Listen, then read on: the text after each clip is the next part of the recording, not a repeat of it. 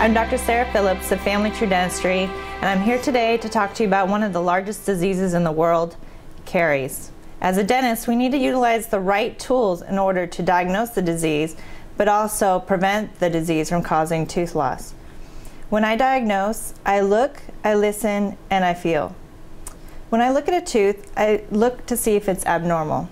I can take a camera, a small little camera, place it inside your mouth, and take some photos so you can see what I see. Oftentimes, you look at a tooth and it's a little deceiving. It could look like a coffee stain, a tea stain, and I have another alternative tool to diagnose the cavities, and it's called the Diagnosing. It's a small little laser that we place on the tooth, and it measures the fluorescence of bacteria and lets me know if a cavity is starting. I also take x-rays, and these are digital x-rays, so they're less radiation. And the great thing about having it on a computer is I can make it pretty much the full screen, and we can diagnose not only bone loss, but caries in between the teeth that look like little black triangles, a radiolucency.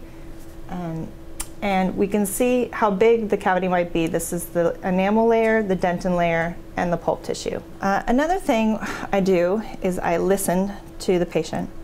We're looking for sensitivity of the teeth, sensitivity to sweets. Does it hurt when you floss or brush? Do you see a dark spot?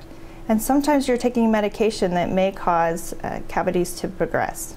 I also listen to the patient and see what kind of diet they have. A lot of manufacturers put sugar in many of their products, and it's good to learn how to read labels.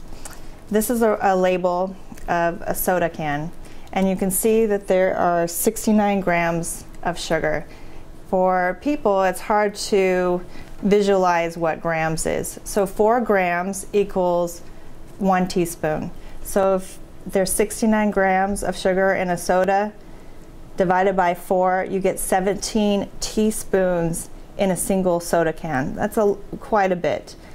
Bacteria loves sugar just as much as we do, and it starts causing an acid on our teeth. I also want to feel around the tooth to see if there's any soft areas, and we utilize a hand instrument called an explorer.